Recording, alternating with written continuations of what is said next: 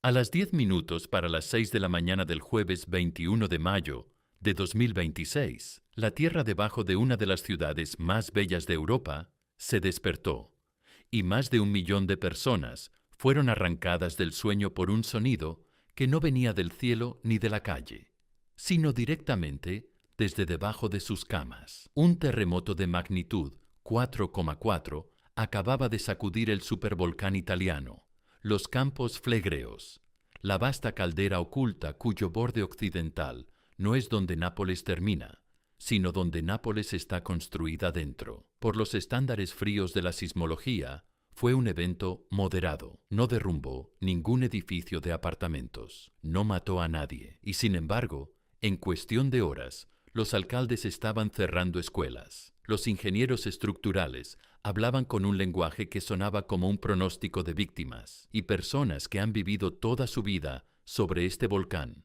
se describían a sí mismas, con sus propias palabras, como absolutamente aterrorizadas. ¿Por qué un terremoto moderado lanzó a un país entero a algo cercano al pánico? La respuesta no es el volcán. La respuesta es todo lo que el terremoto reveló. Antes de seguir, si lo que hacemos aquí en Zona Sísmica te resulta interesante, dale a me gusta y suscríbete para no perderte ninguno de nuestros análisis. Déjame en los comentarios desde dónde nos estás viendo esta noche. Ahora vamos a entrar en el asunto. A las 10 minutos para las 6 de la mañana del jueves 21 de mayo, el suelo debajo del extremo occidental de Nápoles, Italia, se movió. No reptó como ha estado reptando ese suelo en concreto durante años. Se rompió de golpe y durante casi un minuto entero, más de 1 millón de personas sintieron el suelo de su mundo cobrar vida debajo de ellos. La mayoría todavía estaba en la cama. Ese detalle importa más de lo que parece, y vamos a volver a él, porque la hora del reloj es parte de por qué esta historia llegó como llegó. Pero mantén la imagen un momento. Son casi las 6 de la mañana.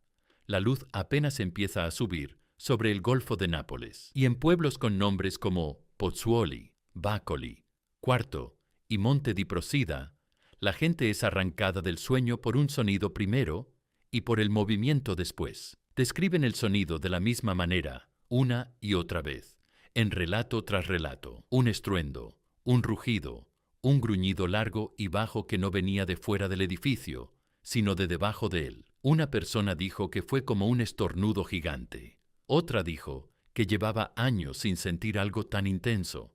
Y entonces llegó el temblor, y no terminó rápido. Fue largo. La gente esperaba que parara y no paraba. Fue un terremoto de magnitud 4,4. Y si estás escuchando ese número y estás pensando 4,4, no es un terremoto grande, es un terremoto moderado, en el mejor de los casos. Entonces, técnicamente, tienes razón. Y a la vez, estás dejando pasar el punto entero de por qué estamos aquí esta noche. Porque el tamaño de este terremoto es casi lo menos interesante de él. Lo que importa es dónde ocurrió, y a qué profundidad, y qué hay encima, y qué reveló sobre lo poco preparada que está una de las ciudades más bellas y más peligrosas de Europa. Lo que importa es que este terremoto no ocurrió en una falla vacía en medio de un océano. Ocurrió sobre un volcán. Ocurrió sobre los Campos Flegreos. Si ese nombre todavía no te dice nada, te va a decir mucho al final de este video. Los Campos Flegreos son el volcán que no parece un volcán. No hay un cono de postal, no hay un pico nevado, no hay una sola montaña que puedas señalar. En su lugar hay una caldera baja, extensa, rota, un cráter colapsado vastísimo de más de 12 kilómetros de diámetro. Y los barrios occidentales de Nápoles no están cerca de él, están dentro de él. 500,000 de personas vive dentro de la zona de mayor peligrosidad de un sistema volcánico activo, y el área metropolitana de Nápoles, todo el conjunto que se extiende a la sombra de este sistema, alberga a más de 6 millones de personas. Esto no es un volcán en una zona salvaje remota que entra en erupción y le arruina la excursión a unos pocos senderistas. Esto es un volcán con una ciudad construida dentro de su boca. Y en la mañana del 21 de mayo, ese volcán produjo el primer terremoto de magnitud 4 o superior que había generado en todo el año. El año 2025 había sido ruidoso, intranquilo, atemorizante para los Campos Flegreos. 2026, en comparación, había sido más callado. Había habido temblores menores, el gruñido constante de fondo con el que todo el que vive ahí ha aprendido a convivir, pero nada de este tamaño. Los primeros meses del año se habían sentido casi como una pausa, y entonces, a las 10 minutos para las 6 de la mañana, la pausa terminó, y terminó con un golpe lo bastante fuerte como para que personas que tomaban café a kilómetros de distancia vieran el líquido en la taza temblar como agua en un jacuzzi. Antes de bajar al subsuelo, quiero que entiendas la escala de lo que estamos hablando cuando decimos Nápoles, porque la palabra ciudad no captura realmente lo que es. Nápoles y su área metropolitana es uno de los lugares más densamente poblados de toda Europa. La gente está apretada, edificio contra edificio, barrio plegado dentro de barrio, a lo largo de una costa que es por cualquier medida una de las más hermosas del mundo. La bahía de Nápoles ha atraído a la gente durante miles de años. Atrajo a los griegos, atrajo a los romanos, atrajo a emperadores que construyeron sus villas a lo largo de esta costa. Y la razón por la que es tan hermosa es, en una ironía sombría, la misma razón por la que es tan peligrosa. El dramatismo del paisaje, la curva de las bahías, las islas, el suelo humeante, la tierra volcánica rica que hace crecer todo eso es volcánico. La belleza y el peligro son la misma geología. Y en el lado occidental de esta metrópolis están los campos flegreos. Y en el lado oriental, cruzando la bahía, está la amenaza más famosa, el Vesubio, el volcán que enterró Pompeya. Nápoles es una ciudad flanqueada por volcanes, construida sobre roca volcánica, alimentada por suelo volcánico y hogar de millones de personas que han hecho una paz incómoda y centenaria con ese hecho. La mayoría de los días, la paz se sostiene. La mañana del 21 de mayo fue uno de los días en que no se sostuvo, y la hora del reloj, la hora específica del terremoto, es algo que quiero que retengas, porque atraviesa todo lo que viene después. 10 minutos para las 6 de la mañana, no el medio de una jornada laboral, cuando la gente está dispersa por oficinas y calles y escuelas y coches, distribuida por toda la ciudad, de una manera que en un terremoto realmente salva vidas. 10 minutos para las 6 es casi la peor hora posible. Es la hora en que la población está más concentrada en interiores, cuando las familias están reunidas bajo un solo techo, cuando la gente duerme en los pisos altos de edificios viejos, lenta para despertar, lenta para reaccionar, lenta para salir. Cualquier planificador de emergencias que piense en riesgo sísmico, piensa en la hora del día, porque el mismo terremoto puede producir cifras de víctimas radicalmente distintas según dónde esté la población cuando golpea. El terremoto del 21 de mayo llegó a una hora en la que casi todo el mundo estaba dentro, en la cama, exactamente en el lugar donde un terremoto es más peligroso. Esta vez no causó daño grave, pero la hora que eligió es parte de por qué el miedo fue tan inmediato y tan total. La gente no sintió solo un terremoto, sintió un terremoto mientras estaba indefensa en la oscuridad, dentro del edificio, en el piso, en la circunstancia exacta que sus instintos saben que es la más peligrosa. Así que aquí está la pregunta que debería estar ya en tu cabeza, la pregunta sobre la que se construye este video entero. ¿Por qué un terremoto moderado sobre un volcán que los científicos insisten en que no está a punto de entrar en erupción mandó a un país entero a algo cercano al pánico? ¿Por qué los alcaldes están cerrando escuelas? ¿Por qué los ingenieros estructurales están dando entrevistas con números que suenan a recuento de muertos? ¿Por qué personas que han vivido toda su vida encima de esta cosa se despertaron el 21 de mayo y se describieron a sí mismas, con sus propias palabras, como absolutamente aterrorizadas? El terremoto en sí no mató a nadie, no derrumbó un solo bloque de apartamentos. Por los estándares fríos de la sismología, fue un evento menor, y sin embargo, la reacción fue cualquier cosa menos menor. Para entender esa brecha, la brecha entre el tamaño del golpe y el tamaño del miedo, tenemos que bajar al subsuelo, tenemos que entrar en la caldera, y tenemos que entrar en una crisis a cámara lenta que ha estado gestándose debajo de Nápoles durante mucho tiempo. Tenemos que empezar por lo que ocurrió realmente en esos 60 segundos. Y tenemos que empezar por el detalle más extraño del evento entero. El detalle que incluso los observadores más experimentados encontraron inusual. Este terremoto vino del lugar equivocado. Déjame contarte lo que se suponía que iba a pasar, en el sentido de lo que normalmente pasa cuando los campos flegreos producen un terremoto fuerte. Y luego, déjame contarte lo que pasó realmente el 21 de mayo. Porque la diferencia entre esas dos cosas es el hilo que vamos a seguir durante las próximas 2 horas. Los campos flegreos no son un volcán callado, producen terremotos constantemente. En una sola semana, en algún momento de febrero o principios de marzo de este año, la red de monitoreo registró alrededor de 70 terremotos, uno detrás de otro, una traca casi continua. La mayoría son diminutos, demasiado pequeños para que nadie los sienta, registrados solo por los instrumentos. Pero la caldera, de vez en cuando, produce los más grandes, los del rango de magnitud 3, los del rango de magnitud 4, y aquí está el patrón. Cuando los campos flegreos producen un terremoto fuerte, casi siempre lo producen en tierra. La sismicidad se agrupa en la parte central de la caldera, debajo de la ciudad de Pozzuoli, alrededor de un cráter humeante que silba y se llama la Solfatara, y hacia un área llamada Agnano. Esa zona central es el corazón del volcán. Es donde el suelo ha estado subiendo más rápido. Es donde se concentra la deformación. Es, si quieres pensarlo así, la parte de la caldera que todo el mundo vigila más de cerca, la parte más densamente cubierta de instrumentos, la parte que los científicos comprenden mejor. El terremoto del 21 de mayo no vino de ahí, vino del agua. El epicentro, el punto en la superficie justo encima de donde la roca realmente se rompió, estaba localizado mar adentro. Estaba en el Golfo de Pozzuoli, la bahía curva de agua incrustada dentro del Golfo de Nápoles, frente a la costa del pueblo de Bacoli, cerca de un cerro volcánico joven llamado Monte Nuovo. El terremoto más fuerte que este volcán había generado en meses no vino del núcleo terrestre que todo el mundo monitorea. Vino del flanco occidental submarino de la caldera, de debajo del mar. Y eso, para la gente que estudia este volcán, es inusual, no es inaudito. Y vamos a llegar al porqué en un momento.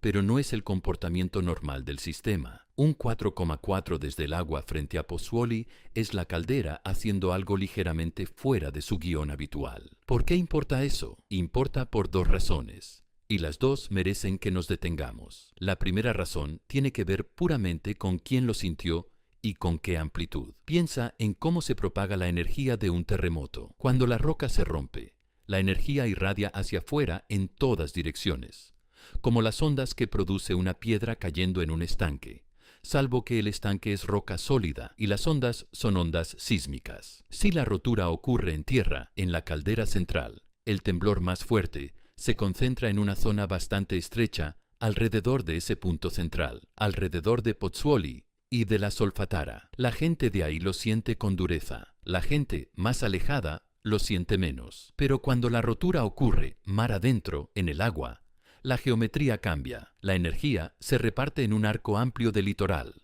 en vez de martillar un solo punto interior. Y eso es exactamente lo que describen los reportes de percepción. Este terremoto se sintió no como una sacudida aguda localizada alrededor de Pozzuoli. Se sintió a lo largo de toda la caldera, por gran parte del área del Vesubio, al otro lado de Nápoles, en la isla de Ischia, tierra adentro hasta la región de Caserta. Dentro de la propia ciudad de Nápoles, se sintió con claridad en un barrio tras otro, desde Fuorigrota y Bagnoli, cerca de la costa, subiendo por Vomero y Posillipo y Arenella, hasta el barrio de los Hospitales. Reportaron camas temblando, personas que no viven en ningún sitio cerca de la caldera. La ubicación mar adentro es una gran parte de por qué el miedo se extendió tan lejos tan rápido. El terremoto no solo sacudió a la gente que vive sobre el volcán, sacudió a la ciudad entera y de pronto hizo a todos los 6 millones conscientes de lo que tienen debajo de los pies. La segunda razón por la que la ubicación importa es más dura y más incómoda, y es la razón por la que quiero que retengas la palabra mar adentro en la cabeza durante el resto del vídeo, porque esta no fue la primera vez. Vuelve la memoria al verano de 2025. El 30 de junio de 2025, Los campos Flegreos produjeron un terremoto de magnitud 4,6. Ese evento fue el terremoto más fuerte que este volcán había generado en aproximadamente 40 años. Fue lo bastante fuerte como para agrietar muros, lo bastante fuerte como para colapsar la cresta de un islote pequeño llamado La Pietra, lo bastante fuerte como para que el operador ferroviario nacional italiano advirtiera de retrasos de hasta 2 horas. Y ese terremoto, el 4,6, el más fuerte en 4 décadas, también estuvo mar adentro. También estuvo en el agua. Frente a Bacoli, mira ahora el patrón. Los dos terremotos más grandes de toda esta crisis, el 4,6 de junio de 2025 y el 4,4 de mayo de 2026, no vinieron del núcleo terrestre, vinieron del mismo sector submarino occidental. 2 puntos de datos no son una tendencia. Quiero ser cuidadoso aquí, y el canal siempre es cuidadoso aquí, porque 2 eventos son una base demasiado fina para una conclusión amplia, pero 2 puntos de datos son absolutamente suficientes para hacer una pregunta, y la pregunta es la siguiente. ¿Se está moviendo silenciosamente la liberación de tensión más energética de esta crisis lejos de la parte de la caldera que todo el mundo monitorea de cerca y hacia el agua, hacia la parte que es más difícil de instrumentar, más difícil de ver y menos intuitivamente comprendida? Déjame quedarme un poco más con por qué el origen submarino es tan genuinamente desorientador para la gente que estudia esto, porque va más hondo que un mapa de percepciones. Una caldera como los campos Flegreos no es un punto, es una estructura vasta y rota, un cráter colapsado, bordeado y cubierto por fallas, por sistemas viejos de fractura, por las cicatrices de cada colapso y cada resurgimiento de su larga historia. Cuando el suelo de la caldera es empujado hacia arriba por la presión que viene de abajo, ese empuje hacia arriba no se absorbe de manera uniforme. Se acomoda a lo largo de esas fallas, a lo largo de esas líneas de debilidad. Y los terremotos ocurren donde las estructuras más débiles y más cargadas finalmente ceden. Durante años, las estructuras que han estado cediendo han sido abrumadoramente las que están debajo de la caldera central, debajo de Pozzuoli y de la Solfatara. Ahí es donde la deformación se ha medido como mayor, y ahí, sensatamente, es donde se esperaba el temblor más fuerte. El modelo mental, la imagen de trabajo en la cabeza de todos, ha sido un motor central con la tensión irradiando desde un núcleo conocido. El terremoto del 21 de mayo y el de junio de 2025 antes de él no encajan limpiamente en ese modelo. Sugieren que las estructuras occidentales, mar adentro, las fallas que están debajo del Golfo de Pozzuoli, cerca de Bacoli, cerca de Monte Nuovo, son ahora capaces de producir los mayores eventos del sistema, y un modelo que ya no predice limpiamente de dónde van a venir los terremotos más grandes, es un modelo que ha perdido parte de su poder para tranquilizar. Hay también una dimensión humana en el origen submarino que se escapa fácil. Cuando un terremoto golpea a una población, el primer instinto, el acto cognitivo inmediato, es localizarlo. ¿Dónde fue eso? La gente se orienta hacia un peligro situándolo. Y el 21 de mayo, la situación falló, o al menos salió rara. Gente metida hondo en Nápoles, a kilómetros de cualquier parte de la caldera en la que se piense día a día, sintió un temblor fuerte y no consiguió reconciliarlo inmediatamente. El hombre del café, cuya taza temblaba como un jacuzzi, se sorprendió, por su propio relato, de que el temblor pudiera siquiera alcanzarlo. La gente reportó camas temblando en barrios que no se consideran a sí mismos pueblos volcánicos. Esa dislocación, la brecha entre donde la gente pensaba que vivía el peligro y hasta donde llegó realmente el temblor, es parte de lo que hizo aterradora aquella mañana.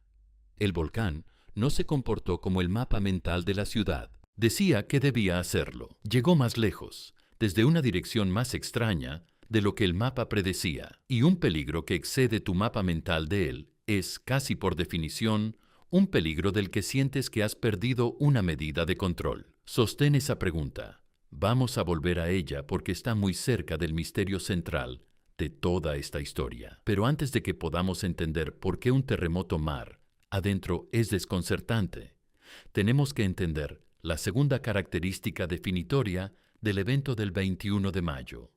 No solo estuvo en el sitio equivocado, también fue extremadamente superficial. Y superficial, cuando hablamos de terremotos, es una palabra que hace mucho trabajo silencioso y peligroso. Cuando el Observatorio Vesuviano, la rama local del Instituto Nacional de Geofísica y Vulcanología de Italia, publicó finalmente los parámetros oficiales del terremoto del 21 de mayo, un número te contaba casi todo lo que necesitabas saber sobre por qué el temblor se sintió tan violento. La profundidad. El terremoto se originó a unos 3,1 kilómetros bajo la superficie. En el mundo de los terremotos, eso es superficial. Eso es muy superficial. Y superficial es la diferencia entre un terremoto del que lees y un terremoto que sientes en los dientes. Aquí está la física contada de manera sencilla, porque esto es el tipo de cosa que suena técnica y resulta ser intuitiva una vez que la visualizas.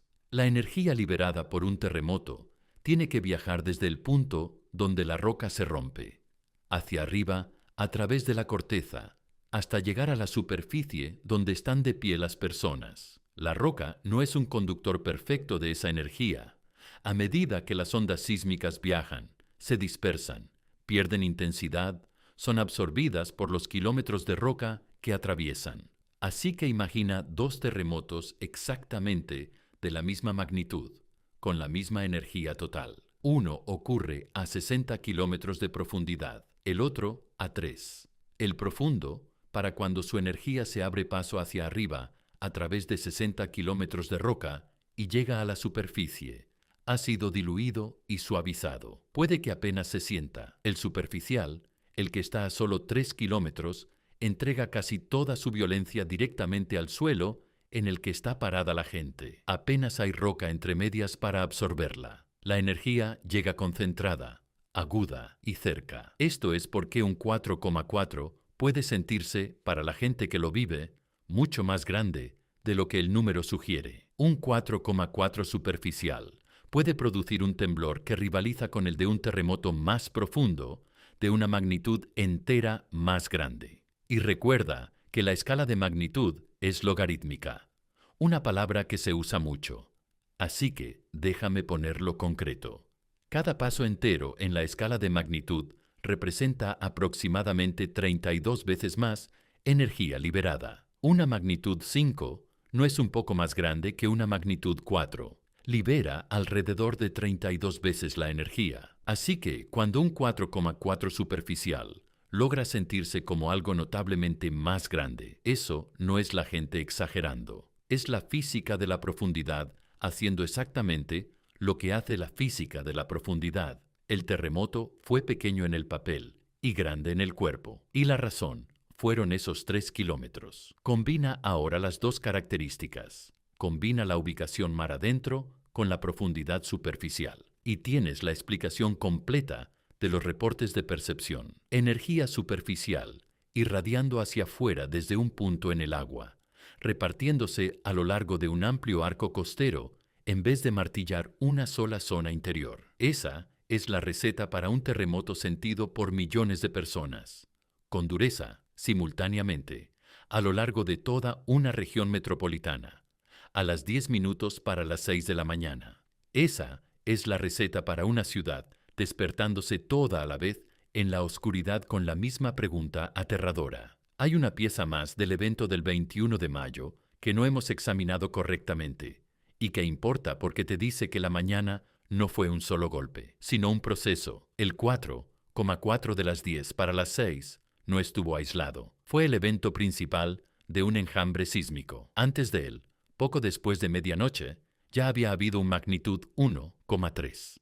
Después de él, la secuencia continuó. 3 minutos después del choque principal, a las 5:53, un magnitud 1,2. 7 minutos después, a las 5:57, un magnitud 2,1. Y entre medias, y alrededor de esos eventos nombrados, numerosos microsismos más pequeños, del tipo demasiado pequeño para sentirse, pero reales, registrados por los instrumentos. Horas después, se reportaba que el suelo de la caldera seguía temblando. El Instituto Nacional de Geofísica y Vulcanología lo confirmó directamente. Un nuevo enjambre sísmico estaba en marcha. ¿Por qué importa el marco del enjambre más allá de simplemente sumar más números? Importa por lo que hace a la gente que lo vive y por lo que deja genuinamente sin resolver. Un solo terremoto agudo, por aterrador que sea, tiene una forma, ocurre, termina. Y en algún nivel el cuerpo entiende que ya ha pasado. Un enjambre carece de esa forma. Un enjambre es una secuencia, una cosa en curso, el suelo hablando una y otra vez a lo largo de horas, y cada pequeña réplica carga con la misma pregunta sin respuesta. ¿Es esto la secuencia apagándose, el sistema asentándose después de su liberación? ¿O es esto la secuencia construyendo hacia algo más grande? ¿Los choques pequeños siendo un preludio en vez de un epílogo? En el momento, viviéndolo, no puedes saberlo. El 4,4 podría ser el evento principal, con los choques menores siendo el cuento ordinario de réplicas que sigue a cualquier terremoto significativo, o el 4,4 podría, en principio, ser un precursor, una grieta de aviso antes de una ruptura mayor. La probabilidad estadística abrumadora en cualquier secuencia sísmica es que el evento más grande ya ha ocurrido, y lo que sigue es la cola decreciente de réplicas. Pero probabilidad no es certeza, y no puedes saber en qué tipo de secuencia estás hasta que termine. Así que la gente de Nápoles pasó no 60 segundos, sino la mañana entera y más allá, dentro de esa incertidumbre, sintiendo el suelo temblar y sin saber dentro de qué historia estaba. Ese temblor sostenido, sin resolver, es parte de por qué el miedo no simplemente subió de golpe y se desvaneció. El volcán no les dejó tener un final limpio, y el detalle de la profundidad, esos 3,1 kilómetros, merece un momento más, porque interactúa con el enjambre de una manera que vale la pena nombrar. Los terremotos superficiales, como dijimos, entregan su energía con menos roca para suavizarla, pero los terremotos superficiales también tienden a sentirse más agudos, más repentinos, más violentos en su inicio, porque el contenido de alta frecuencia del temblor, la parte que sacude y golpea en vez de balancear, sobrevive mejor en un trayecto corto. La gente describe el choque del 21 de mayo como ruidoso, como un estruendo, como un rugido. Esa descripción es la firma de una fuente superficial. El sonido, de hecho, el estruendo audible real que reportaron los residentes, es energía sísmica superficial acoplándose con el aire. El suelo mismo actuando como un altavoz vasto. Un terremoto profundo de la misma magnitud se sentiría con más probabilidad como un balanceo largo y suave, y sería mucho menos probable que produjera ese estruendo visceral y aterrador. La superficialidad no solo hizo que el terremoto se sintiera más ampliamente, lo hizo sentirse de manera más aterradora. Le dio un sonido, le dio la cualidad de una explosión. Y sobre un volcán, un estruendo subterráneo es el sonido más cargado psicológicamente que existe. Y aquí es donde la historia da un giro que genuinamente no esperaba cuando empecé a investigar esto, y que creo que es una de las partes más reveladoramente silenciosas del evento entero. Porque una vez que la ciudad se despertó, los 6 millones arrancados de la cama por un golpe largo, ruidoso y superficial, hicieron lo que la gente de Nápoles ha sido entrenada a hacer. Ha vivido con este volcán y sus temblores durante años. Conoce el procedimiento. Cuando el suelo se mueve, consultas las fuentes oficiales. Vas a la página de la agencia de monitoreo, la gente cuyo trabajo entero es vigilar este volcán 24 horas al día, 7 días a la semana, y averiguas qué acaba de pasar, dónde fue, qué tamaño tuvo, ya terminó, y durante un tramo largo y aterrador de tiempo, en la mañana del 21 de mayo, no había nada ahí. Piensa en lo que eso significa. El sistema de monitoreo italiano para este volcán es genuinamente de clase mundial. Vamos a dedicarle tiempo real más adelante en este video, porque se lo merece. El Instituto Nacional de Geofísica y Vulcanología opera una de las redes de monitoreo volcánico en tiempo real más sofisticadas que existen en el planeta. Instrumentos que miden la subida y la bajada del suelo. Sismómetros milimétricos que registran cada crujido en la corteza, sensores que rastrean la gravedad, sensores que rastrean la química de los gases que sisean en la solfatara, sensores que rastrean la temperatura y la composición del agua subterránea. Los datos fluyen continuamente, en tiempo real, y sin embargo, después de un terremoto de 4,4 sentido por millones de personas, hubo una ventana, un tramo significativo de minutos, en el que las bases de datos sísmicas públicas simplemente no tenían el evento listado, ni la base de datos italiana, ni las internacionales como el Servicio Geológico de Estados Unidos. Personas que acababan de ser sacudidas físicamente del sueño estaban buscando, refrescando, buscando otra vez y encontrando silencio. Quiero ser justo y aterrizado sobre por qué eso ocurre, porque la explicación honesta importa. Y no estamos en el negocio de fabricar un villano.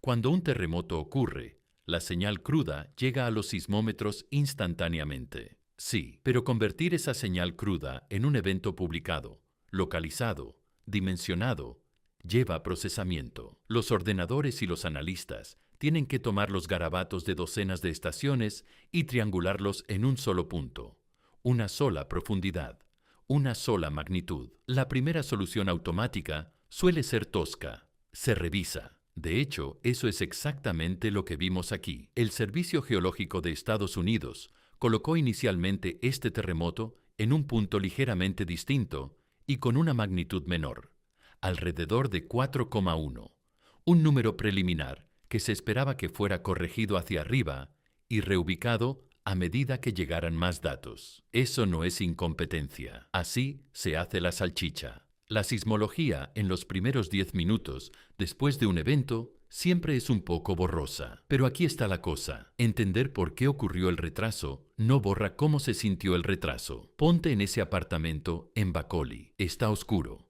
Acabas de ser arrancado del sueño por un rugido y un minuto de temblor. Tus hijos están asustados. Tu vecino está en el pasillo. Y la única herramienta que te han dicho que uses, la palabra oficial de la gente que vigila el volcán, te está mostrando un espacio en blanco donde debería estar la respuesta. Ese silencio, esa brecha entre sentir la catástrofe y poder nombrarla, se convirtió en su propia fuente de terror el 21 de mayo. Es, de una manera extraña, parte del terremoto y alimentó algo más, algo con lo que vamos a lidiar honestamente después, que es la sospecha, la teoría susurrada de que el silencio no fue un retraso técnico en absoluto, sino una decisión deliberada de mantener a la gente calmada. Vamos a volver a eso, vamos a tomarlo en serio, y vamos también a explicar lo que dice la evidencia realmente. Por ahora, sostén la imagen. Una ciudad entera despierta, temblando, haciéndose la misma pregunta hacia la oscuridad, y durante un rato sin recibir respuesta. Porque para entender por qué esa pregunta cargaba con tanto miedo, tenemos ahora que dejar atrás la mañana del 21 de mayo, retroceder en el tiempo, bajar bajo tierra y mirar el proceso lento, extraño, de décadas que preparó el escenario para todo lo demás. Tenemos que hablar del suelo que respira. Hay una palabra para lo que hacen los campos flegreos, y es una de las palabras más inquietantes de toda la geología, porque describe al suelo mismo comportándose como algo vivo. La palabra es bradicismo. Viene de raíces griegas que significan, más o menos, movimiento lento, y lo que describe es esto: el suelo de la caldera, el cráter ancho colapsado dentro del cual están construidos los barrios occidentales de Nápoles, no se queda quieto, sube y baja. Lentamente, a lo largo de años y décadas, toda la superficie del terreno se infla y se desinfla, como el pecho de una cosa enorme dormida tomando aire. Eso no es una metáfora que esté forzando para sonar dramático. Es el comportamiento literal y observado del terreno. El suelo respira, y ahora mismo está inhalando. Ha estado inhalando durante mucho tiempo. La caldera está en una fase de inflación, de levantamiento, que lleva años y se ha estado acelerando. El punto donde el suelo sube más, el centro mismo de esta hinchazón lenta, está en un lugar llamado Rione Terra, un promontorio antiguo en el corazón de Pozzuoli, y los números ahí son genuinamente asombrosos cuando te quedas con ellos. Para mediados de 2025, el levantamiento total en Rione Terra durante esta crisis moderna había alcanzado aproximadamente 148 centímetros. Déjame traducírtelo. Eso es casi 1,5 metros. El suelo en el centro de Pozzuoli ha subido cerca de la altura de un ser humano. Las calles, los edificios, el puerto, la gente, todo eso elevado lentamente, implacablemente, por la presión de lo que sea que esté ocurriendo abajo. Y una porción significativa de eso, alrededor de 29,5 centímetros, casi 30 centímetros, se ha acumulado solo desde el inicio de 2024. Esto no es historia antigua. Esto está ocurriendo ahora, este año, debajo de los pies de personas yendo al trabajo. ¿Qué es lo que está haciendo el levantamiento? Esta es la pregunta científica central de toda la crisis de los campos flegreos.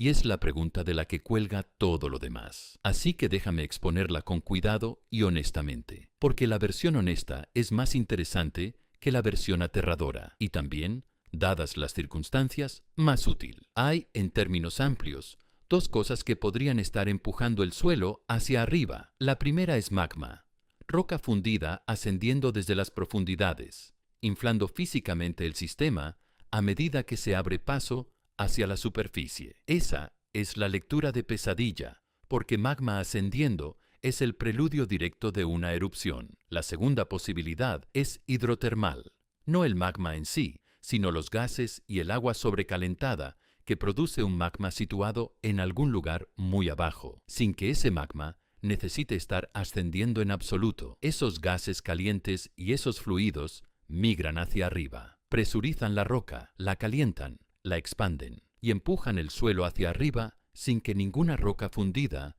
vaya cerca de la superficie. Y aquí está la parte genuinamente importante, la parte que el canal quiere que escuches con claridad. La lectura científica dominante de la crisis actual en los campos flegreos se inclina hacia la segunda explicación. La evaluación predominante, respaldada por estudios detallados de esta fase de inquietud, es que lo que está ocurriendo está dominado por procesos hidrotermales, gases y fluidos presurizando y fracturando la roca, en vez de un cuerpo fresco de magma trepando hacia la superficie. Y se desprende directamente de esa evaluación la otra cosa que los científicos repiten, la cosa que se cita menos que las partes aterradoras. Las condiciones para una erupción a corto plazo no existen. Ninguna agencia de monitoreo está pronosticando una erupción inminente. Esa es la posición honesta, sobria, dominante, y no la vamos a enterrar, porque es cierta, y porque fingir lo contrario sería exactamente el tipo de miedo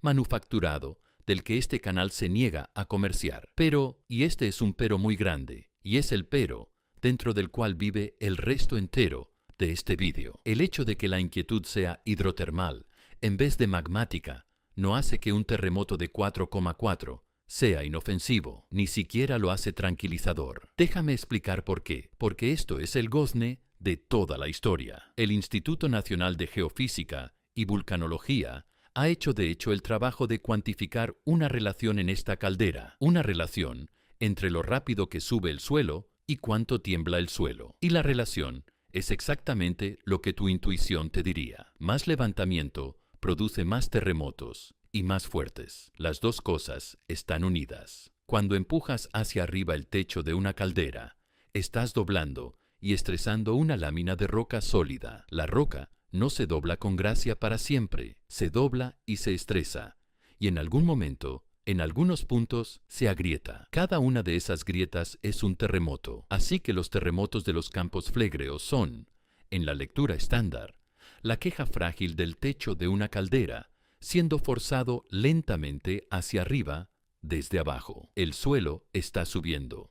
La roca encima se está fracturando para acomodar la subida, y el 4,4 del 21 de mayo es sencillamente el sonido que produce esa fractura cuando una pieza particularmente grande del techo cede de golpe. Quiero ir despacio en la diferencia entre inquietud hidrotermal y magmática, porque es la idea peor entendida en todo este tema, y acertar en ella es lo que separa la honestidad del ruido. Imagínate. Muy por debajo de los campos flegreos, un cuerpo de magma está ahí. Todo el mundo está de acuerdo en que está ahí. El debate nunca ha sido sobre si hay magma debajo de la caldera. El debate es sobre si ese magma está haciendo algo nuevo. En el escenario magmático, el magma mismo se está moviendo, ascendiendo, empujando, intruyendo hacia espacio nuevo, más cerca de la superficie. Y ese movimiento es lo que infla el suelo y rompe la roca. En el escenario hidrotermal, el magma se queda más o menos donde está, pero está caliente y libera constantemente gases y calienta el agua que hay en la roca encima de él. Esos gases calientes y esa agua sobrecalentada son los que migran hacia arriba, presurizando la roca poco profunda, fracturándola, levantándola. El suelo sube y los terremotos ocurren, pero la roca fundida no ha subido. La lectura científica predominante de la crisis actual en los campos flegreos favorece esa segunda imagen. Y eso es genuinamente significativo, porque un sistema que se está inflando por presión de gas y fluido es, en el plazo inmediato, un sistema menos peligroso que uno que se está inflando porque el magma está ascendiendo hacia la superficie. Pero aquí está la trampa sutil e importante. La gente escucha hidrotermal y se relaja, como si hidrotermal significara inofensivo. No lo significa. Hidrotermal significa que el motor inmediato no es magma ascendente, y no significa que el sistema sea seguro, y no significa que el sistema sea estable, y desde luego no significa que la situación no pueda escalar. Un sistema hidrotermal puede presurizarse más, puede calentarse más, puede construir hacia exactamente el tipo de fallo impulsado por vapor del que estamos a punto de hablar. Y críticamente, la evaluación de que la inquietud actual es hidrotermal es una instantánea, no una garantía sobre el futuro. Los sistemas volcánicos pueden transicionar. La posición científica honesta es que la inquietud parece actualmente hidrotermal, lo cual es algo menos alarmante que la alternativa. Y la situación requiere monitoreo constante y vigilante, precisamente porque los sistemas hidrotermales no son estáticos, y la transición hacia algo peor no siempre se anuncia con ruido. Y hay una medición que hace concreto el vínculo entre el suelo que respira y el suelo que tiembla, que lo convierte de abstracción en número. Los científicos de monitoreo han estudiado la relación entre la tasa de levantamiento y la tasa de sismicidad en esta caldera. Y lo que encontraron es un acoplamiento cuantificable. Cuando el suelo sube más rápido, la caldera produce más terremotos y los produce más fuertes.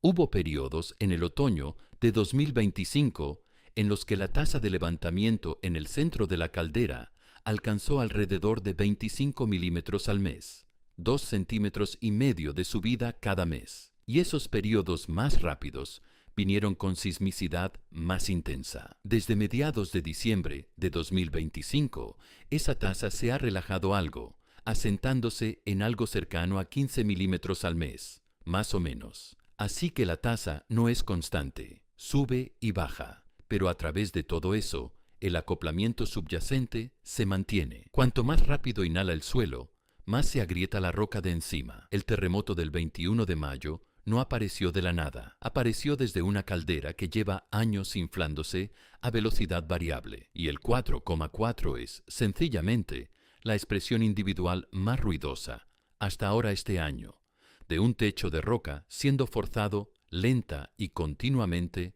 hacia arriba, lo cual nos lleva al escenario específico que genuinamente sí preocupa a los científicos, el que conecta la respiración lenta del suelo directamente con el miedo en las calles del 21 de mayo. No es principalmente una erupción magmática gigante, es algo llamado erupción freática. Y necesitas entender qué es eso, porque es el monstruo silencioso en el centro de toda esta historia. Una erupción freática es una explosión de vapor. Esa es la manera más sencilla de decirlo. No requiere que magma fresco alcance la superficie. No requiere que roca fundida trepe por un conducto del modo en que lo hace. Una erupción clásica. Todo lo que una erupción freática requiere es que roca caliente o fluidos calientes hagan que un cuerpo de agua subterránea se convierta en vapor lo bastante rápido y lo bastante violentamente como para fracturar y volar la roca que tiene encima. El agua convertida en vapor se expande enormemente, cientos de veces su volumen líquido, casi instantáneamente. Si eso ocurre en un espacio confinado bajo tierra, es funcionalmente una bomba, y el disparador No tiene que ser magma haciendo algo nuevo. Solo tiene que ser calor encontrándose con agua en el lugar equivocado, en el momento equivocado. Conecta eso ahora con los campos flegreos específicamente. ¿Qué tiene esta caldera? Tiene actividad hidrotermal incrementada. Tiene temperaturas del suelo subiendo. Tiene levantamiento renovado y acelerado. Y tiene emisiones de gas volcánico tan persistentes y tan fuertes que en ocasiones esos gases se han acumulado dentro de las casas de la gente y han obligado a las autoridades a cerrar escuelas. Y no por temblor, sino por el aire. Cada ingrediente para una erupción freática está presente en esta caldera ahora mismo. Roca caliente, fluidos calientes, agua subterránea abundante, sistemas de fractura confinados. Y aquí está la propiedad aterradora de una erupción freática, la propiedad que la convierte en la cosa por la que los científicos pierden el sueño. Como no depende del ascenso del magma, no produce necesariamente las señales de aviso que una red de monitoreo está construida para captar. Una erupción magmática clásica se anuncia. El magma trepando hacia la superficie dispara un crescendo reconocible de terremotos, un patrón reconocible de deformación del suelo, un cambio reconocible en la química de los gases. La red lo ve venir. Una erupción freática puede saltarse todo eso. Puede ocurrir con poco aviso o sin aviso ninguno. Los precursores con los que todo el mundo cuenta puede que sencillamente no aparezcan. Y un terremoto fuerte y superficial, como el del 21 de mayo, no es un espectador neutral de ese proceso. Un choque fuerte y superficial puede en principio abrir nuevas vías de fractura o ensanchar las existentes, dando al gas y al vapor presurizados de debajo nuevas rutas hacia arriba. Puede cambiar la tubería. Eso es precisamente por qué una agencia de monitoreo no mira un 4,4 en esta caldera y se encoge de hombros. Lo miran y piensan en redes de fractura y en vapor, y en el único tipo de erupción que no manda aviso. El suelo que respira produjo este terremoto, y el suelo que respira está conectado directamente al único escenario que podría convertir esto de una historia sobre miedo en una historia sobre catástrofe, sin darle a nadie los días de margen que asume que va a tener. Vale la pena pintar la erupción freática con un poco más de detalle, porque es el mecanismo específico que conecta un terremoto aparentemente modesto con un peligro genuinamente serio. Y la conexión no es obvia hasta que la ves. Imagina, a 1 kilómetro o 2 bajo la superficie de la caldera, un cuerpo de roca que está caliente, saturado de agua, lleno de gas presurizado, abriéndose paso desde el magma muy abajo. Ese sistema se mantiene en una especie de equilibrio. La roca de encima actúa como una tapa, un sello de contención, y mientras la tapa aguante, el vapor presurizado y el gas se quedan atrapados, acumulándose pero contenidos. El peligro viene de cualquier cosa que rompa el sello de golpe, y un terremoto fuerte y superficial es exactamente el tipo de cosa que puede romper un sello. Cuando el suelo se fractura, cuando un 4,4 parte un trozo del techo de la caldera, puede abrir grietas nuevas o ensanchar las existentes. Y esas grietas son caminos. Si un camino conecta súbitamente la roca presurizada y cargada de vapor de abajo con el mundo de menor presión de arriba, el agua atrapada puede convertirse en vapor casi instantáneamente. El agua convertida en vapor se expande por un factor de mucho más de 1000. Esa expansión, en un espacio confinado, es una explosión y puede arrancar la roca de encima, hacia afuera y hacia arriba, sin que ningún magma se haya movido. Por eso los científicos de monitoreo no miran un terremoto fuerte y superficial en esta caldera como un evento neutral. El terremoto no es solo un síntoma de la inquietud, es potencialmente un disparador, una cosa que puede modificar la tubería de un sistema hidrotermal presurizado en un instante. El terremoto del 21 de mayo, por lo que se sabe, no hizo eso. El sistema no falló, pero el mecanismo por el cual podría haberlo hecho no es exótico. Es exactamente la interacción entre un terremoto superficial y un sistema hidrotermal presurizado que describe la ciencia. Y es la razón por la que el 4,4 fue tratado como un evento serio y no como una nota a pie de página estadística. Y quiero subrayar el problema del aviso una vez más, porque es la única cosa más importante que tienes que llevarte sobre el escenario freático. Con una erupción magmática clásica, el sistema tiende a dar aviso. El magma, trepando hacia la superficie, desplaza roca. Y ese desplazamiento aparece como un patrón reconocible y creciente. Más terremotos. Deformación del suelo acelerándose. Cambios en la química del gas que escapa. Un crescendo que los monitores entrenados pueden reconocer y que en volcanes de todo el mundo ha permitido evacuaciones a tiempo. La erupción freática puede saltarse ese crescendo porque no depende del ascenso del magma. Puede no producir la secuencia de aviso ordenada, creciente, de días, sobre la que se construyó implícitamente el plan entero de evacuación. Puede ser rápida, puede ser casi silenciosa hasta el momento en que deja de serlo. Y esa es la verdad incómoda que se sienta debajo de la línea oficial tranquilizadora de que una erupción no es inminente. Esa línea es cierta y se refiere principalmente al escenario magmático, el grande, lento, detectable. El escenario freático es un animal distinto y su rasgo definitorio es precisamente que puede derrotar la asunción de aviso. Cuando juntas eso con todo lo demás, con los edificios frágiles, con la evacuación que falla, con las carreteras que no están listas, ves por qué la gente de Nápoles no puede simplemente recibir un mensaje pidiéndole que se relaje. El plan asume un aviso. El peligro súbito más plausible es el que puede no enviarlo. Pero incluso el escenario freático, atemorizante como es, sigue siendo una historia sobre el volcán. Y aquí está lo que más quiero que te lleves de este video entero. El volcán, en la mañana del 21 de mayo, no es realmente el personaje más peligroso de la historia. Para ver el peligro real, el peligro que explica el pánico genuino y racional en las calles, tenemos que dejar de mirar hacia abajo, hacia la caldera, y empezar a mirar alrededor, hacia la ciudad. Tenemos que hablar de los edificios. Hay un hecho que, una vez que lo entiendes completamente, reencuadra el pánico en la mañana del 21 de mayo y explica por qué un terremoto moderado produjo una reacción que para los de fuera parecía descabelladamente desproporcionada. El peligro en los campos flegreos tiene dos componentes completamente separados y la gente los confunde constantemente. El primer componente es lo que hace el volcán. ¿Cómo de grandes son los terremotos? Si la inquietud es hidrotermal o magmática. Si viene una erupción, hemos pasado la primera mitad de este vídeo en ese componente y el resumen honesto es que los científicos lo están vigilando intensamente y que ahora mismo no están pronosticando una erupción. El segundo componente es algo completamente distinto. El segundo componente es lo que la ciudad puede sobrevivir y el segundo componente es mucho, mucho más aterrador que el primero. Déjame ponerlo lo más claro que puedo. Un terremoto, por sí mismo, no mata a la gente. El suelo temblando no mata a la gente.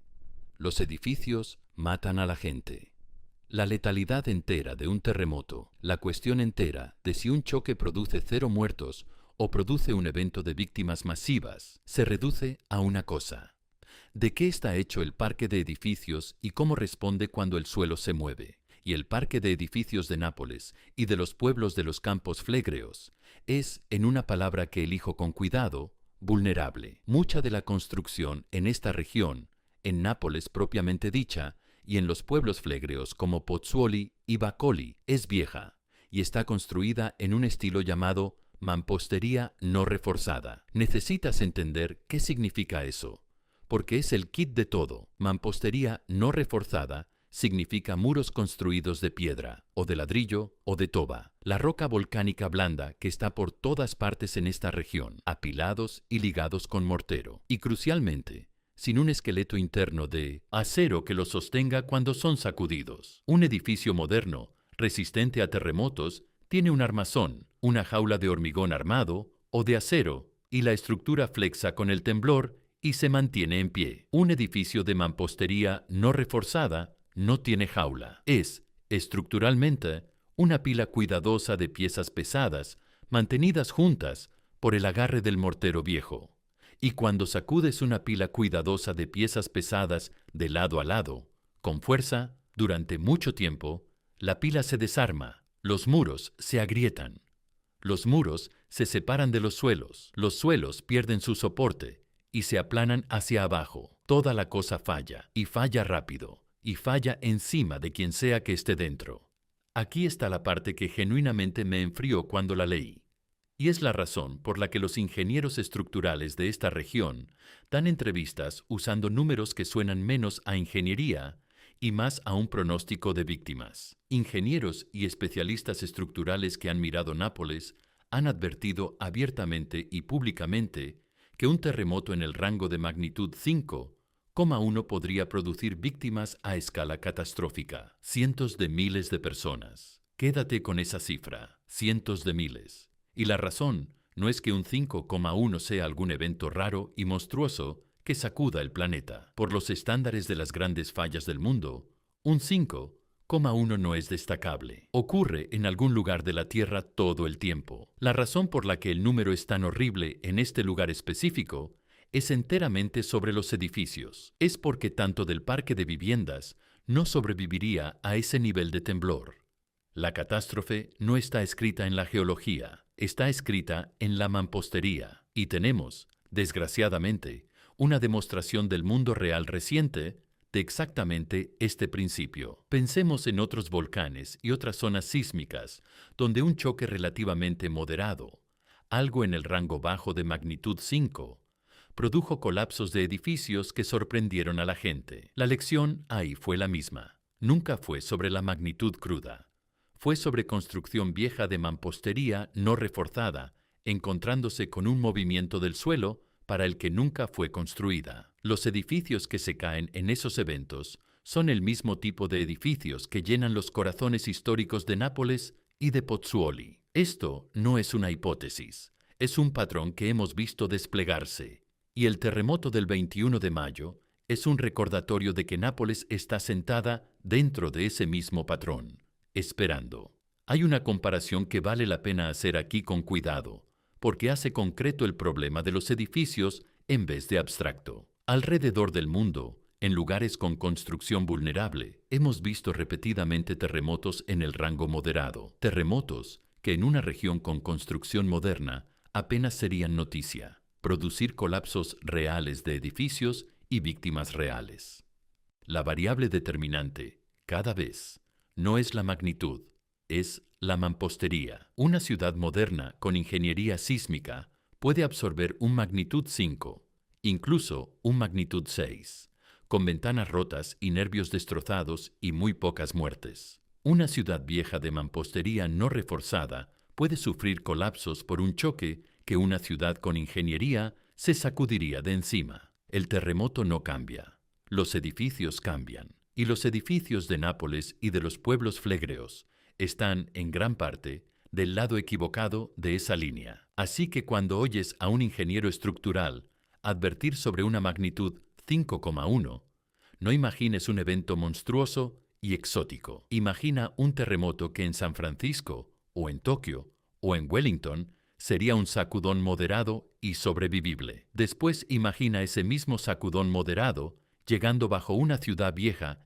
y densa, de muros de toba y de mortero pulverizado, a las 10 minutos para las 6 de la mañana, con todo el mundo dentro. Esa es la asimetría. Esa es la razón por la que el mismo número significa algo completamente distinto aquí. El volcán pone la magnitud, la mampostería pone la cifra de muertos, y la mampostería, en este caso, fue puesta hace siglos por constructores que no pudieron haber imaginado la pregunta que ahora estamos obligados a hacerle a su trabajo. Y vale la pena ser de mirada limpia sobre por qué esto no puede simplemente arreglarse rápido. Porque la respuesta obvia, sencillamente, reforzar los edificios, choca contra las mismas realidades, brutales que todo lo demás en esta historia. Modernizar un edificio viejo de mampostería para que sobreviva a un terremoto es caro, invasivo, lento. A menudo significa que la gente no puede vivir en el edificio mientras se hace el trabajo.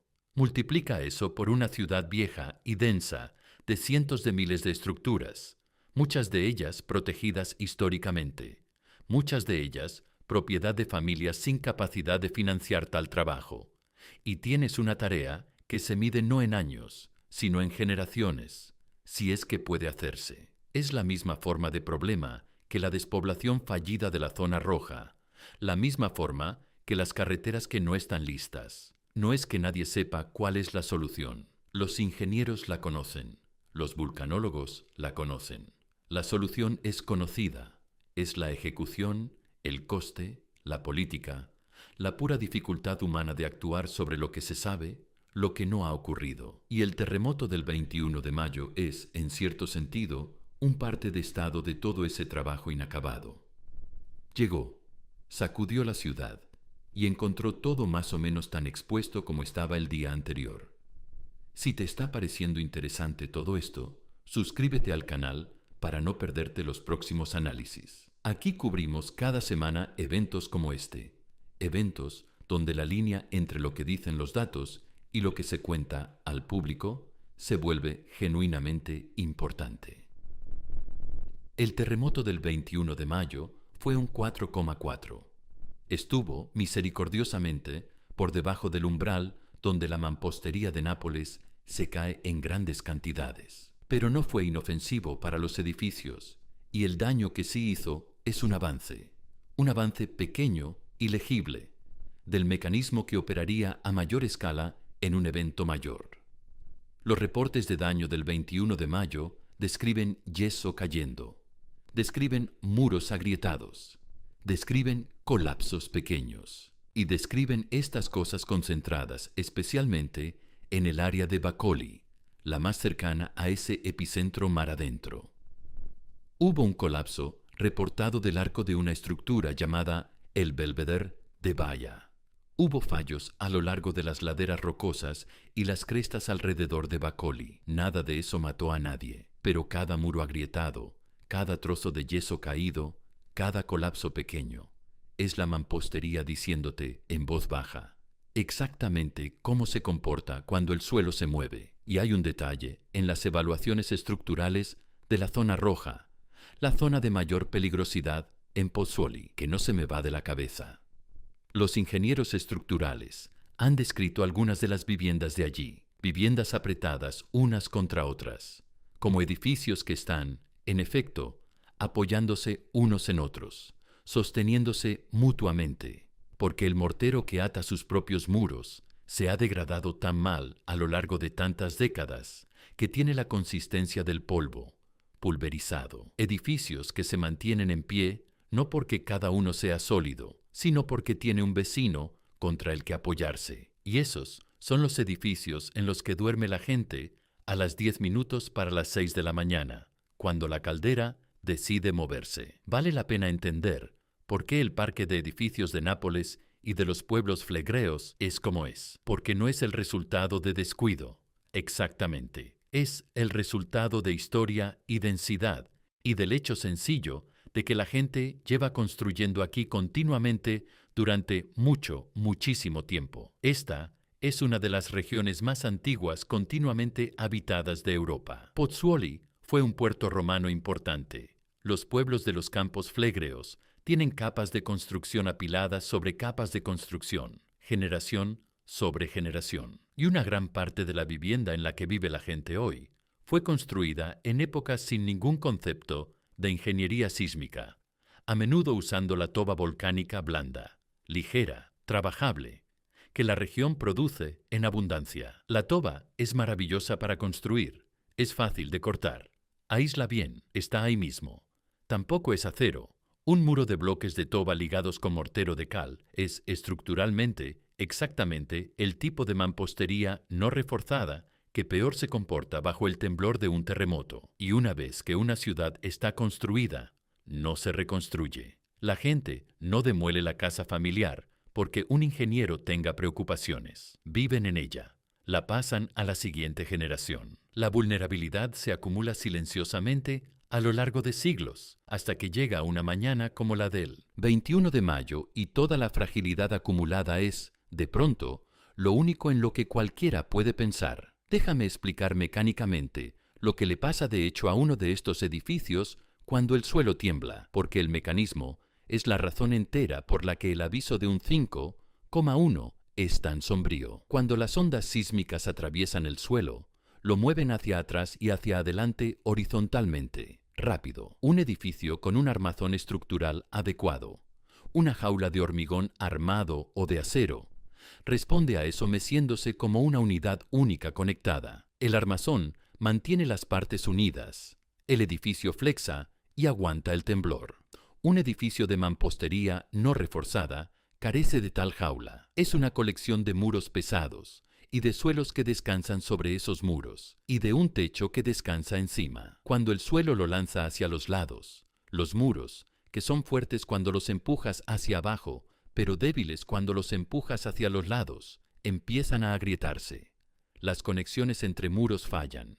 Las conexiones entre los muros y los suelos fallan. Y una vez que un suelo pierde el muro que sostenía su borde, ese suelo cae. Cae sobre el suelo de abajo. Ese suelo, ahora cargado con el peso del de encima, también cae. Esto es el colapso en panqueque, y es el modo de fallo específico que mata a la gente en los terremotos, porque convierte el edificio en una pila de losas horizontales pesadas, con muy poco espacio sobrevivible entre ellas. Eso es lo que los ingenieros están visualizando cuando hablan de un 5,1. Están visualizando el aplanamiento multiplicado a lo largo de una ciudad vieja y densa, multiplicado por el hecho de que un terremoto antes de las 6 de la mañana atrapa a la gente dentro, en sus camas, exactamente en esos suelos. Y el terremoto del 21 de mayo, en magnitud 4,4, dio una pequeña demostración real y legible de las primeras fases de ese mecanismo. El daño no fue catastrófico,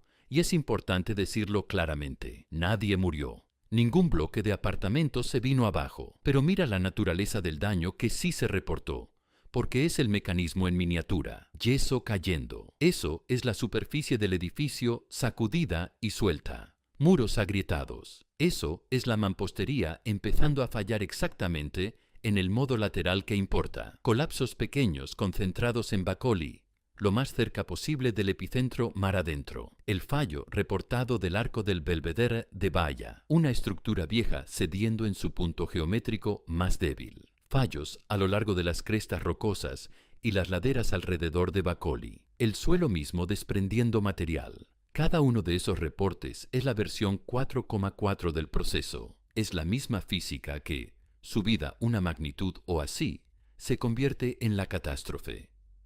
El terremoto del 21 de mayo no destruyó la ciudad, pero le mostró a la ciudad, en grietas y polvo y un arco caído, exactamente el lenguaje en el que su propia destrucción se escribiría. Reensambla ahora la mañana del 21 de mayo con todo lo que ya sabes. Un terremoto superficial, desde una dirección mar adentro inusual, irradiando energía a lo largo de un arco amplio de costa, hacia una ciudad de más de 6 millones de personas, de las cuales medio millón vive en la zona de mayor peligrosidad, y mucha de la cual está construida de mampostería vieja, no reforzada, en algunos sitios casi pulverizada. La gente que se despertó aterrorizada esa mañana no estaba siendo irracional, no estaba reaccionando exageradamente a un 4,4. Estaba reaccionando correctamente a la cosa que el 4,4 le recordó. Estaba reaccionando al conocimiento de lo que el siguiente, el ligeramente más grande, le haría a los muros alrededor de su cama. El miedo no era sobre el terremoto que ocurrió, era sobre el terremoto para el que la ciudad no está construida para sobrevivir, y plantea la pregunta obvia y urgente. Si no se puede confiar en los edificios, entonces seguramente sí se puede confiar en el plan de evacuación, el sistema diseñado para sacar a la gente antes de que ocurra lo peor. Seguramente eso se puede confiar, seguramente está listo, no lo está. Y lo que estamos a punto de mirar es, en cierta manera, la parte más perturbadora de toda esta historia. Cada comunidad que vive a la sombra de un peligro volcánico conocido y monitoreado, tiene, o se supone que tiene, un plan para el momento en que la agencia de monitoreo levante la alarma, el momento en que los datos crucen un umbral y la orden baje para que la gente se vaya. Los campos flegreos tienen un plan así. El sistema de protección civil italiano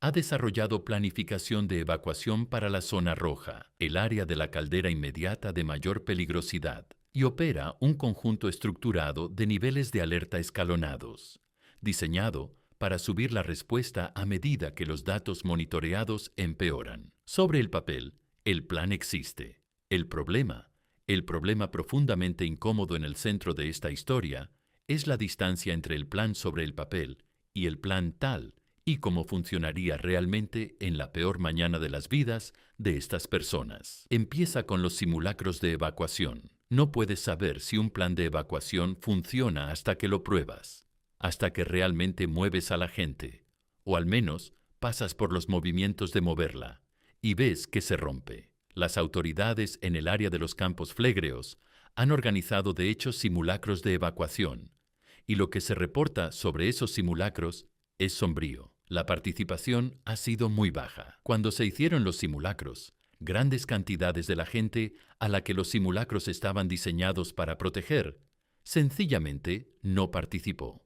Y se pone peor, porque no es solo el público el que ha expresado dudas. Científicos experimentados, gente que ha pasado carreras estudiando esta caldera y esta crisis, han cuestionado abiertamente y a la luz pública si el plan de evacuación funcionaría siquiera, independientemente de la participación. Cuando los expertos cuyo trabajo es entender el peligro te están diciendo, públicamente, que no creen que el plan de escape funcione, eso no es una nota administrativa menor. Eso es una luz roja parpadeando. Pero los simulacros ni siquiera son el corazón del problema. El corazón del problema es físico, es hormigón y asfalto y acero. Una evacuación, fundamentalmente, es un problema de transporte. Es el problema de mover a cientos de miles de personas, posiblemente millones, si el pánico se extiende más allá de la zona roja oficial, fuera de un área de peligro, rápido, a lo largo de un número finito de carreteras. Y las carreteras, los puentes,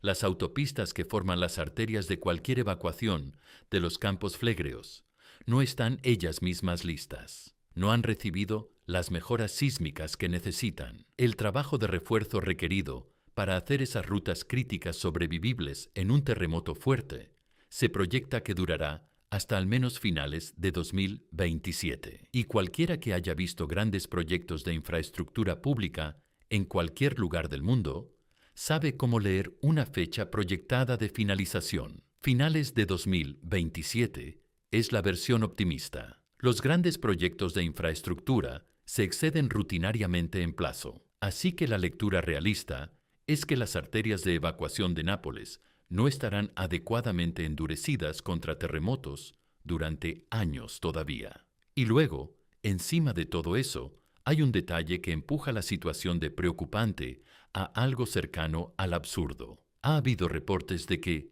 debido a las obras de construcción en curso, partes de la red de carreteras, incluidas rutas que importan para la evacuación, están ya parcialmente obstruidas o cerradas, no en algún escenario futuro de terremoto. Ahora, hoy, las rutas de escape están, en algunos sitios, ya estrechadas por las mismas obras que se supone que eventualmente las mejorarán. Quiero detenerme en la baja participación en los simulacros de evacuación, porque a primera vista parece apatía pública sencilla, y es algo más complicado y más humano. Y entenderlo te dice algo importante sobre por qué un 4,4 causó la reacción que causó. Cuando vives cada día encima de un volcán que produce un fondo casi constante de pequeños terremotos, te enfrentas a un problema psicológico genuino. No puedes sostener el miedo máximo todo el día, todos los días, durante años. La mente humana no lo hace.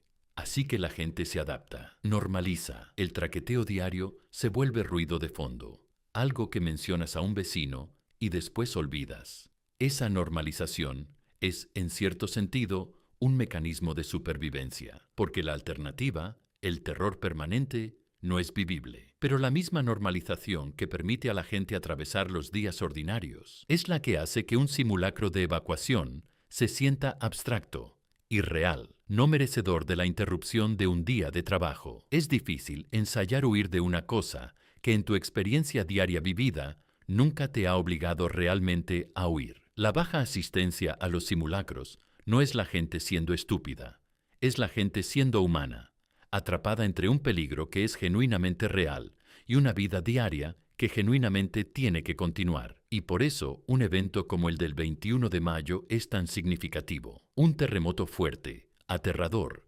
sentido ampliamente, atraviesa la normalización de un puñetazo. Durante una mañana, el ruido de fondo se vuelve rugido y lo abstracto se vuelve concreto.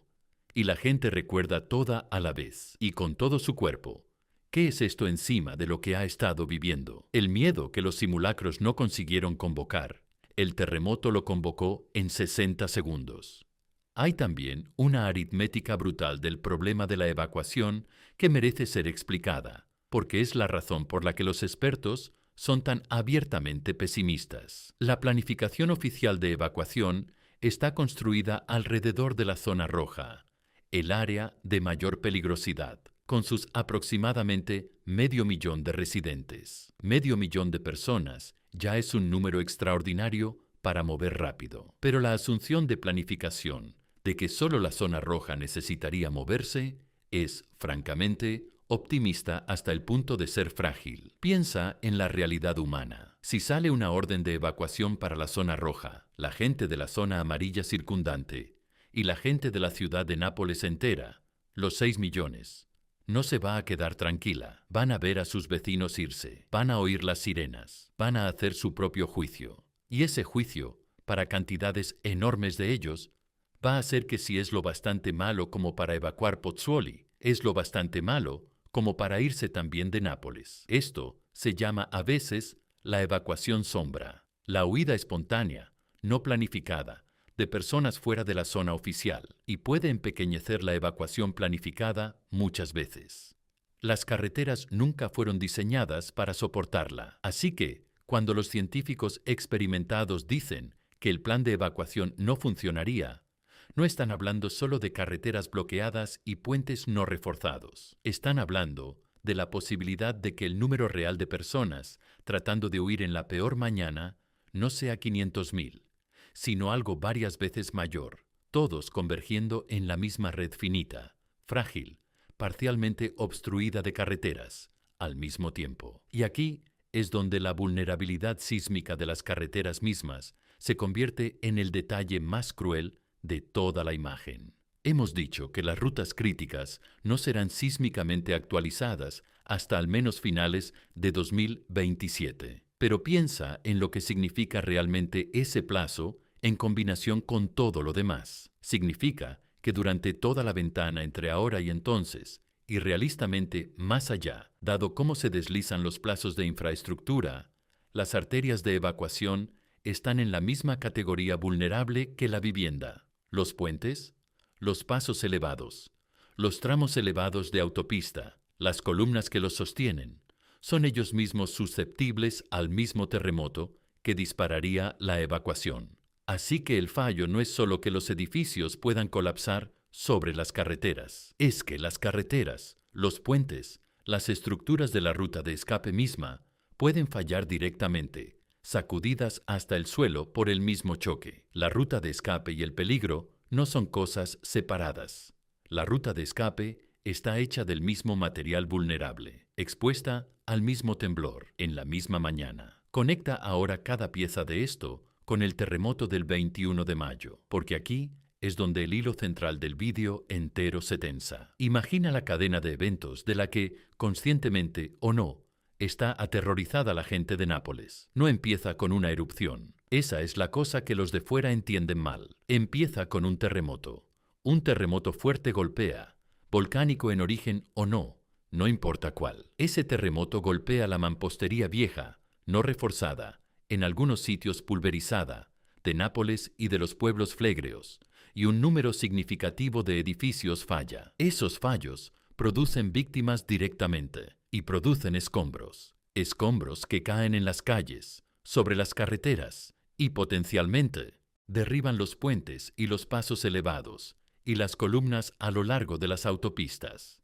Las mismas carreteras y los mismos puentes que no han sido actualizados sísmicamente, que no serán actualizados hasta finales de 2027, en el mejor de los casos, que están en algunos sitios ya obstruidos por obras. Con las arterias bloqueadas, el plan de evacuación, ese del que los expertos ya dudan, ese cuyos simulacros casi nadie atendió, se vuelve físicamente imposible de ejecutar. Y ahora tienes a cientos de miles de personas, quizá muchas más, una vez que el pánico se extienda más allá de la zona roja oficial hacia el resto de la ciudad de 6 millones, intentando huir todas a la vez por rutas que están agrietadas, enterradas, rotas. Eso es la catástrofe. Y fíjate en que en toda esa cadena, el volcán apenas tuvo que hacer nada. No tuvo que entrar en erupción. Solo tuvo que sacudírselo bastante fuerte, una vez como para empezar a tirar las fichas de dominó. El terremoto que crea la emergencia es el mismo terremoto que destruye los medios de escapar de ella.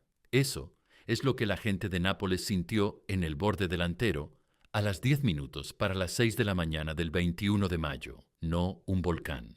La primera ficha de dominó. Hay algo casi insoportable en la forma específica de esta trampa, y vale la pena nombrarlo directamente, porque es la cosa que hace que la situación de los campos flégreos sea distinta de muchos otros peligros volcánicos del mundo. En la mayoría de los volcanes peligrosos del mundo, la amenaza y el escape son al menos separables. El volcán está aquí. La erupción viene de aquí, y las carreteras llevan lejos de él, hacia allá. Puedes, en principio, correr. La geometría del escape existe en los campos flégreos, porque el peligro es sísmico tanto como volcánico, porque la población es tan densa, y el parque de edificios tan viejo, y la infraestructura tan vulnerable.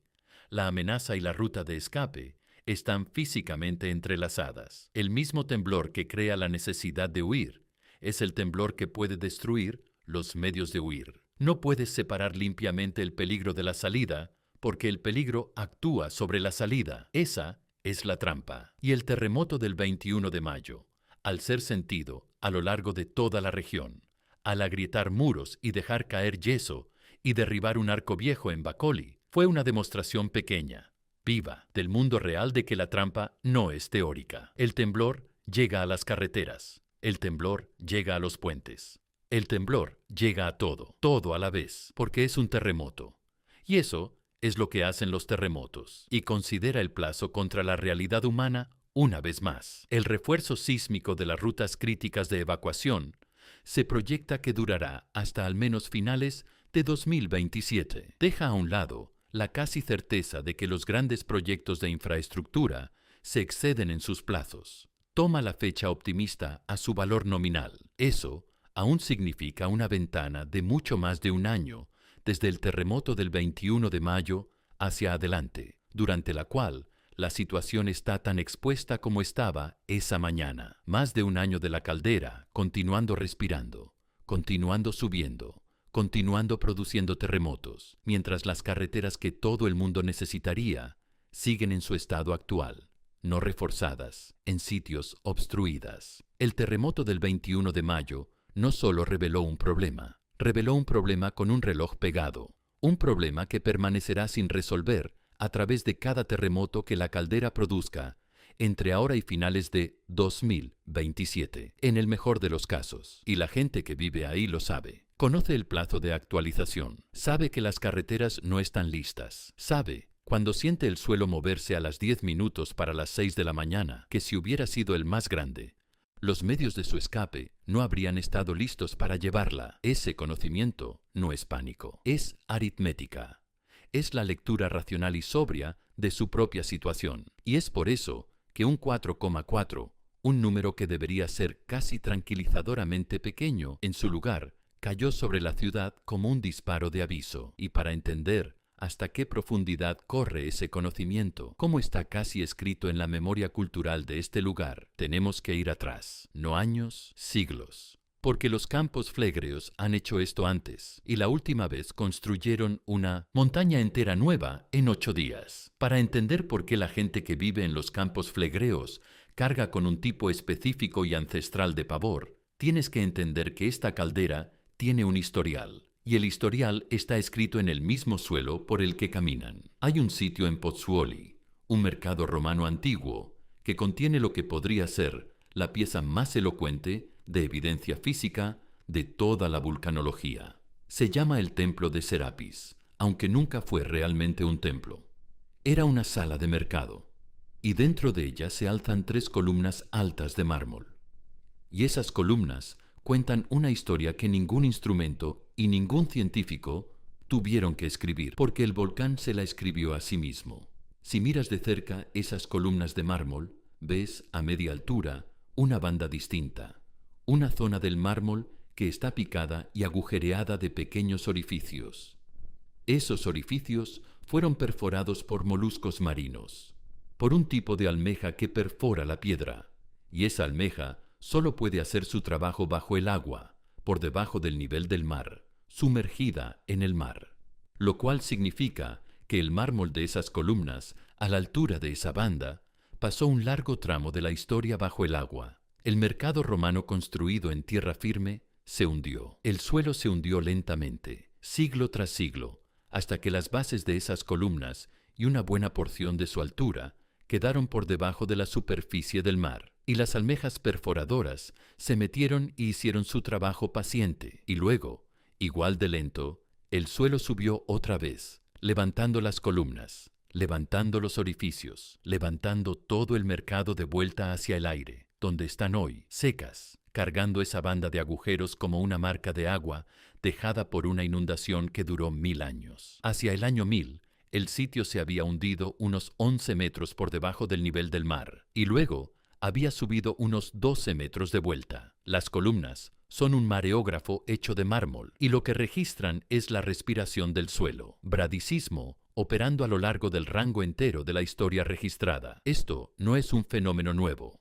La caldera siempre ha respirado. La gente de Pozzuoli siempre ha vivido sobre una superficie que sube y baja. Pero las columnas registran también algo más específico y más aterrador, porque la última gran subida, los 12 metros de levantamiento, no terminó con suavidad, terminó en fuego. Tenemos que hablar del año 1538 y de una colina llamada Monte Nuovo, porque ese es el precedente que cuelga sobre todo lo que está ocurriendo hoy. En las décadas anteriores a 1538, la gente que vivía en el área de los Campos Flegreos habría reconocido todo lo que hemos descrito en este vídeo. El suelo estaba subiendo, el levantamiento se aceleraba. En el área cerca de la costa, donde se desplegaría eventualmente el desastre, el suelo se empujó hacia arriba del orden de varios metros. Y en el período inmediatamente anterior a la erupción, el levantamiento se volvió rápido, alrededor de 4 o 4,5 metros de elevación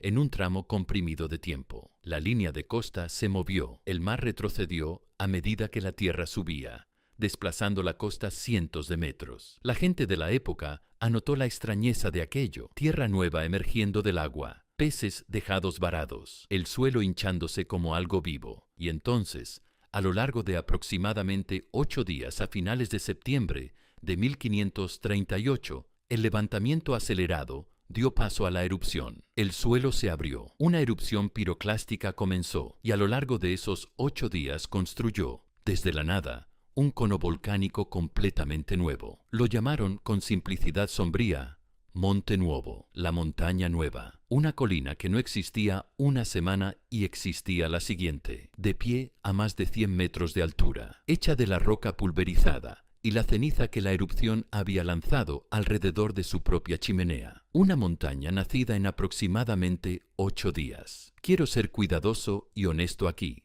porque el canal no comercia con miedo barato, y la comparación de 1538 puede ser mal usada. La erupción de Monte Nuovo fue, por los estándares de lo que los Campos Flegreos son geológicamente capaces de hacer, una erupción pequeña. Esta caldera, en su pasado profundo, hace decenas de miles de años, produjo erupciones colosales a escala de civilización, del tipo que cubren continentes de ceniza. Monte Nuovo no se parecía a eso en nada. Fue un evento modesto, y la diferencia importa, porque una de las narrativas falsas que vamos a tratar en breve es la idea de que la caldera está a punto de producir su peor erupción posible, una que altere el planeta, lo cual nada en los datos respalda. Así que, cuando invocamos 1538, no estamos invocando el apocalipsis. Estamos invocando algo más específico, y en algunos sentidos, más útil. Estamos invocando el patrón. Años de levantamiento acelerado, un repunte final rápido, y al final, una erupción que construyó una montaña en una semana. Ese patrón es la plantilla, y es la plantilla contra la que la crisis moderna sigue siendo medida, por los científicos y por el público, por igual. Quiero asegurarme de que la historia de 1538 se entienda por lo que realmente enseña, porque la lección no es la que la gente normalmente se lleva. La gente oye que una montaña apareció en 8 días y se lleva una lección sobre velocidad, sobre lo rápido que puede llegar una erupción, y eso es parte de ello. Pero la lección más profunda de Monte Nuovo es sobre los años antes de los 8 días. La erupción en sí fue súbita. La preparación no lo fue. La preparación fue lenta y visible, y duró mucho tiempo. Y la gente de la época vio cómo ocurría sin saber qué estaba viendo: el suelo subiendo, la costa retrocediendo a medida que la tierra se elevaba, el mar retirándose para exponer tierra nueva. Los relatos contemporáneos describen estas señales, describen la extrañeza de ellas, describen a la gente notando que algo iba profundamente mal con la tierra. El levantamiento se aceleró en el tramo final, ese repunte rápido de 4,5 metros, inmediatamente antes de que se abriera la chimenea. El patrón, en otras palabras, era legible en retrospectiva. Años de levantamiento, después una aceleración final, después erupción. Y la razón por la que ese patrón pesa tanto ahora es que la crisis moderna rima con los 2 primeros tiempos. Ha habido levantamiento sostenido durante años. Ha habido periodos de aceleración. La gente que vive en la caldera hoy vive dentro de una secuencia que, en sus 2 primeros tiempos, se parece al preludio de 1538. Eso no es una predicción. La semejanza es real, pero no es destino. Y la mayoría de las secuencias de inquietud de calderas no terminan en erupción, pero explica mejor que cualquier otra cosa por qué la población lee un terremoto fuerte como lo lee. No está leyéndolo contra un fondo en blanco, lo está leyendo contra Monte Nuovo, contra un caso documentado en el que su propio suelo hizo exactamente este preludio, y después construyó una montaña. Y las columnas de mármol, el templo de Serapis, merecen un pensamiento más, por lo que representan sobre el tiempo. Esas bandas de orificios de almeja son el registro del bradicismo operando a una escala de siglos, del suelo hundiéndose 11 metros a lo largo de cientos de años, y luego subiendo 12 metros de vuelta. Lo que eso te dice es que la respiración de esta caldera no es una aberración moderna, no es algo que empezó en los años 80 o en los 2020, es la condición permanente del lugar. El suelo aquí siempre se ha movido, ha pasado siglos bajando y siglos subiendo, y los asentamientos humanos han cabalgado ese movimiento todo el tiempo, en su mayor parte sin catástrofe. Eso es, en cierto sentido, extrañamente tranquilizador. La caldera respira, y la mayor parte de la respiración es solo respiración, no erupción. Pero en otro sentido, afila el desasosiego, porque significa que el levantamiento actual no es un evento nuevo y extraño que pueda simplemente parar y revertirse inofensivamente. Es el último tramo de un proceso con una historia muy larga, un proceso que al menos una vez en el registro documentado, en 1538, terminó su fase ascendente, no con una reversión silenciosa, sino con fuego. Las columnas demuestran que la respiración es normal. Monte Nuovo demuestra que la respiración, al final de una inhalación larga, puede convertirse en otra cosa. Y luego está el precedente más reciente, el que está dentro de la memoria viva, el que explica por qué las estructuras de protección civil existen en absoluto. A principios de los años 80, entre aproximadamente 1982 y 1984, los campos flegreos atravesaron una crisis de bradicismo que fue traumática, y uso esa palabra deliberadamente, para la ciudad de Pozzuoli. A lo largo de esos 2 años, el suelo subió aproximadamente 1,80 metros, y la caldera generó más de 16.000 terremotos. 16.000 en 2 años. El más fuerte de ellos alcanzó una magnitud local de alrededor de 4,0 en octubre de 1983. Terremotos lo bastante fuertes como para agrietar edificios, una y otra vez, mientras el suelo seguía subiendo debajo de todo el mundo. Y la crisis fue lo bastante severa, y la semejanza con la antesala de erupciones pasadas lo bastante inquietante, como para que el gobierno italiano tomara una decisión extraordinaria. Reubicaron permanentemente alrededor de 40.000 residentes de Pozzuoli, mudándolos a una ciudad completamente nueva, construida para el propósito en terreno más alto y más seguro. La llamaron Monterusciello. 40.000 personas mudadas del volcán, porque el suelo no paraba de subir y la roca no paraba de romperse. Hay un detalle en la reubicación de los años 80 que me parece genuinamente perturbador y que habla directamente de la situación actual. Cuando el gobierno italiano sacó a aproximadamente 40.000 personas de Pozzuoli y les construyó la nueva ciudad de Monterusciello en terreno más alto y más seguro, fue un acto enorme, caro, disruptivo, de precaución preventiva. Fue el Estado mirando una crisis de bradicismo, reconociendo la semejanza con precedentes peligrosos y eligiendo retirar físicamente a una población grande del peligro antes de que algo catastrófico ocurriera. Y aquí está la parte perturbadora. A lo largo de las décadas siguientes, a medida que la crisis de principios de los 80 se desvaneció en la memoria y el suelo paró su subida alarmante, la gente fue regresando poco a poco. La zona roja no se mantuvo vaciada. La vida y la economía y el apego humano profundo a un lugar tiraron de la población de vuelta hacia el terreno peligroso. La reubicación fue real y en su momento fue decisiva y, sin embargo, la larga calma que siguió deshizo gran parte de ella, porque un volcán callado no se siente como una razón para mantenerse lejos. Ese es el patrón contra el que luchan los expertos ahora, cuando ruegan una despoblación gradual y permanente. Luchan no solo contra la dificultad de mover a la gente,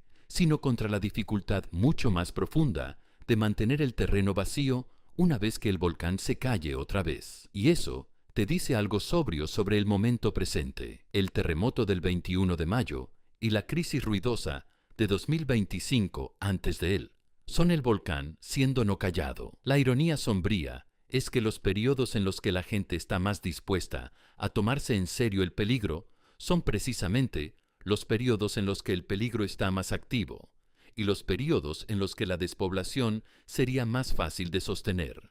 Los tramos largos de calma son precisamente los periodos en los que nadie siente la urgencia de hacerlo. Esa historia es porque la reacción al 21 de mayo no puede entenderse como sobre reacción sencilla. La gente de los campos flegreos no está reaccionando a un terremoto, está reaccionando a través de capas. Carga con las columnas de mármol y su marca de marea de 1000 años. Carga con 1538 y la montaña que se alzó en 8 días al final de un levantamiento que se parecía al suyo. Carga, para los más viejos, con la memoria personal de 16.000 terremotos y un éxodo forzado y una ciudad entera nueva construida para recibirlos. Y carga, fresca desde 2025, con el conocimiento de que esta caldera todavía puede producir su temblor más fuerte en 40 años. Cuando un 4,4 llega encima de todo eso, a las 10 minutos para las 6 de la mañana, desde una dirección extraña, seguido de silencio,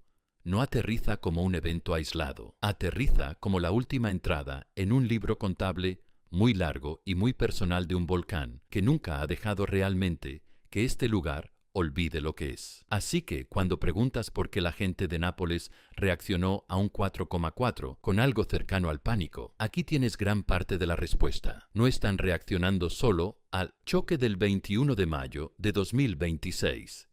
Están reaccionando a través de una memoria cultural y generacional, que incluye una banda de orificios de almeja en una columna de mármol que demuestra que el suelo se ahogó y resurgió antes, que incluye una montaña que apareció en 8 días en 1538 al final de exactamente el tipo de levantamiento que están viviendo ahora, y que incluye la experiencia vivida para los residentes mayores de 16.000 terremotos y un éxodo forzado de 40.000 de sus vecinos dentro de la última generación. El terremoto del 21 de mayo no aterrizó sobre